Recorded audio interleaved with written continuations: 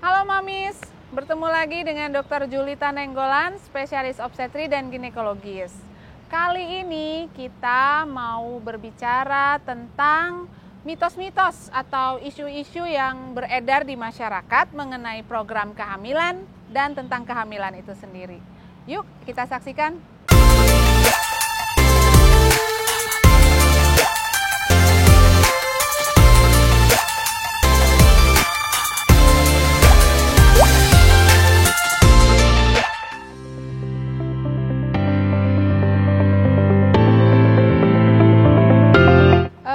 Banyak sekali isu-isu atau mitos yang beredar dalam hal misalnya mau menentukan jenis kelamin laki-laki yang dikandung. Jadi misalnya Mamis harus banyak makan daging, atau misalnya Mamis harus banyak makan yang asam-asam gitu supaya bayinya dapat misalnya laki-laki atau perempuan ya. Itu semua adalah mitos. Karena untuk menentukan jenis kelamin laki-laki atau perempuan sebenarnya yang menentukan adalah sperma dari suami atau dari si laki-laki. Karena kita tahu ya, jadi sperma laki-laki itu mengandung kromosom X dan Y. Sementara kita perempuan, itu kita mengandung X dan X. Nah, pada saat pembuahan terjadi atau fertilisasi terjadi, maka sperma yang mengandung X, kalau bertemu dengan sel telur kita yang mengandung X juga, maka akan terjadi XX atau bayi perempuan. Sementara kalau kromosom Y ketemu sama sel telur kita yang X, maka terjadilah anak laki-laki. Jadi yang menentukan itu sebenarnya bukan faktor makanannya. Ada beberapa hal yang dari penelitian, dari research dikatakan bahwa mempunyai pengaruh. Apa itu? Satu, hubungan. Jadi disebutkan bahwa pada saat mau melakukan hubungan seksual itu, kalau kita ingin punya anak laki-laki, maka hubungannya dilakukan pada saat mendekati masa ovulasi atau masa subur. Sedangkan kalau kita pengen anak perempuan, maka hubungannya adalah jauh-jauh hari atau beberapa hari sebelum ovulasi atau sebelum ibu bertelur. Ya, jadi kalau dikatakan iya Mamis harus misalnya nih ya, bahkan ada sampai beberapa pasien itu nanya, kalau saya cuci pakai yang asem-asem nih ya, daerah kewanitaan saya gitu, atau saya cuci pakai baking soda gitu, kira-kira gimana? Bisa nggak nanti berhasil punya anak dengan jenis kelamin tertentu? Tentu saja enggak gitu ya. Jadi kalau memang kita mau memiliki atau memprogram adanya jenis kelamin tertentu pada bayi kita, maka bisa dilakukan seleksi ya, seleksi gender dengan cara inseminasi atau bayi tabung. Yang ini jauh lebih akurat ya. Kalau menurut penelitian-penelitian tadi yang menyatakan hubungannya harus dekat masa ovulasi. Nah, itu bisa kita coba walaupun memang tidak bisa menjamin 100% bahwa kalau kita berhubungannya dekat masa ovulasi maka bayinya pasti laki-laki begitu ya. Tapi disebutkan bahwa kromosom Y ini cukup kuat, tapi daya tahannya lemah. Sehingga kalau kita nggak yakin persis kapan kita ovulasi, tentunya agak sulit menentukan. Kenapa? Karena kalau menyambung cerita yang di sesi sebelumnya bahwa sperma laki-laki bisa bertahan sampai 3-5 hari, tentu yang bertahan adalah kromosom yang X. Karena kromosom X ini ternyata cukup kuat, dalam arti kuat bertahan lama, tapi daya tahan untuk hidupnya hanya sebentar. Sehingga kalau ibu dan bapak berhubungan misalnya pada saat-saat beberapa hari sebelum ovulasi, maka yang tersisa pada saat ibunya ovulasi adalah kromosom yang X gitu ya. Jadi ya susah-susah gampang, gampang-gampang susah gitu ya. Kalau mau yang pasti-pasti ya ada alat atau metode reproduksi berbantu dengan menggunakan tadi inseminasi atau bayi tabung.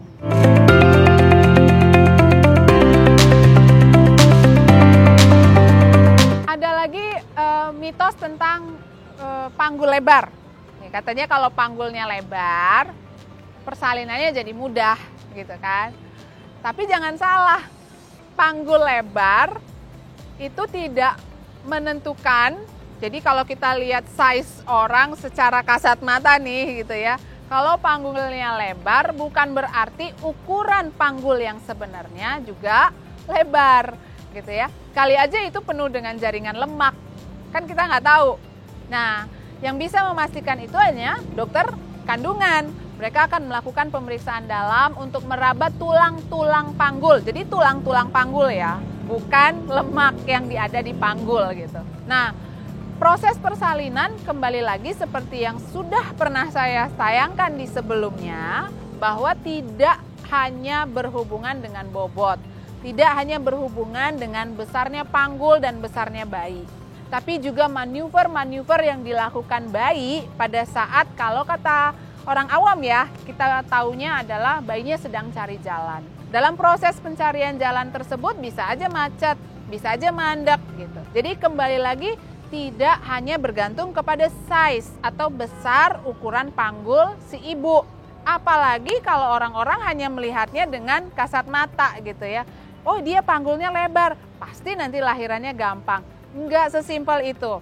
Harus dilakukan pemeriksaan yang benar oleh dokter kandungannya dengan cara meraba tulang panggul wanita tersebut.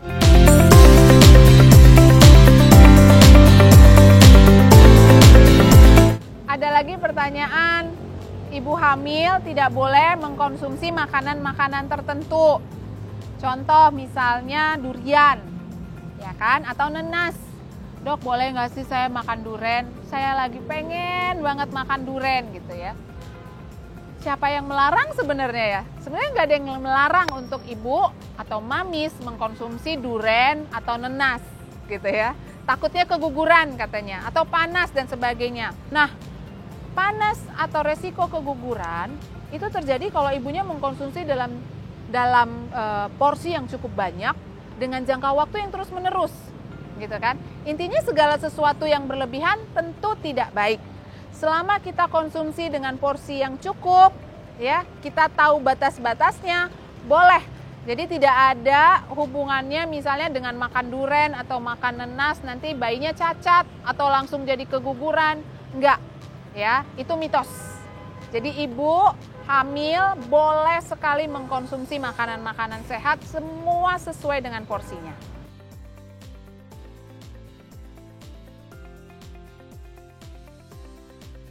Ada lagi pertanyaan isu tentang ibu hamil nggak boleh minum kopi. Benar atau enggak? Jawabannya adalah tentu saja tidak benar. Ibu hamil masih boleh mengkonsumsi kopi. Nah, kopi ini apa sih yang sebenarnya ditakuti? Ada kandungan apa gitu ya? Kandungan di dalamnya itu sebenarnya yang dimaksud atau yang dikhawatirkan adalah kafein. Kafein ini mempunyai sifat atau berefek kepada pembuluh darah. Jika dikonsumsi terlalu banyak, pembuluh darah akan cenderung menyempit. Takutnya nanti malah jadi hipertensi atau darah tinggi. Nah, pada wanita hamil sebenarnya konsumsi kafein atau yang paling sering dikenal itu di kopi gitu ya. Itu boleh tidak melebihi dari 200 mg per hari. Sementara kalau kita lihat nih ya, kopi sasetan, saya nggak mau sebut merek ya. Kopi sasetan itu kandungan kafeinnya sekitar 80 sampai 90 mg per cup. Jadi sebenarnya masih sangat aman untuk ibu hamil mengkonsumsi kafein. Tapi mamis jangan lupa, kafein itu nggak cuma ada di kopi. Kafein itu ada di dalam teh, ada di minum-minuman bersoda, ada juga di coklat.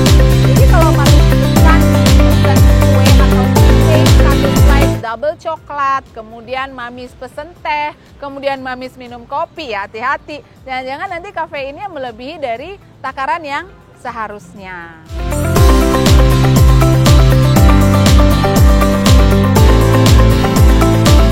Jawabannya tentu saja sangat-sangat bisa. Bahkan kami dokter spesialis obstetri dan ginekologi sangat menganjurkan ibu hamil untuk bergerak, untuk beraktivitas seperti biasa.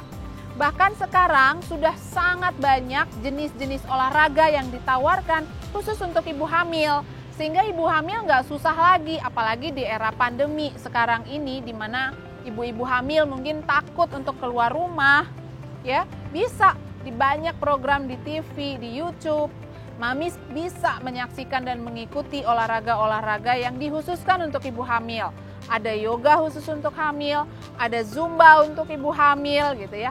Ibu mau jalan-jalan di luar rumah, keliling kompleks juga sangat boleh gitu ya, bersepeda, berenang. Loh dok, katanya berenang nggak boleh. Kata siapa ya? Berenang itu juga kita sangat anjurkan, sangat baik untuk ibu hamil karena membantu melatih bernafas pada ibu hamil dan sangat baik tentunya nanti. Nah, kemudian ada lagi yang bertanya, kalau begitu dok, nanti kalau sayanya kenapa-napa bagaimana gitu ya? Tentu saja dokter kandungan ibu-ibu atau mamis semua tidak akan menyarankan mamis berolahraga dengan berat. Tentunya olahraga ini dikondisikan dengan kebutuhan mamis semuanya. Ada beberapa kasus yang memang kita tidak menyarankan ibu hamil untuk berolahraga. Contoh, kasus yang ari-arinya di bawah, menutupi jalan lahir atau yang dikenal dengan plasenta previa. Nah, pada kasus ini misalnya ibunya sering ngeflek, sering kontraksi, sering pendarahan, tentu saja kita tidak menyarankan olahraga dilakukan oleh mamis. Jadi, olahraga untuk para ibu hamil itu sangat kita anjurkan. Satu, selain melatih otot-otot, pernafasan, ya, olahraga itu sangat baik untuk mengurangi gejala-gejala atau keluhan-keluhan yang berhubungan dengan nyeri-nyeri badan. Karena postur ibu hamil tentu saja sangat berubah sebelum dengan setelah dia hamil. Postur tulangnya, terutama tulang belakang. Makanya kenapa paling sering ibu hamil itu mengeluhkan pegel pada daerah pinggang, panggul ya. Tentu saja ini karena ada perubahan posisi anatomis dari tubuh si ibu. Jadi dengan melakukan misalnya itu ada banyak penelitiannya ya. Salah satunya dengan melakukan yoga. Yoga yang rutin itu sangat mempunyai dampak yang positif.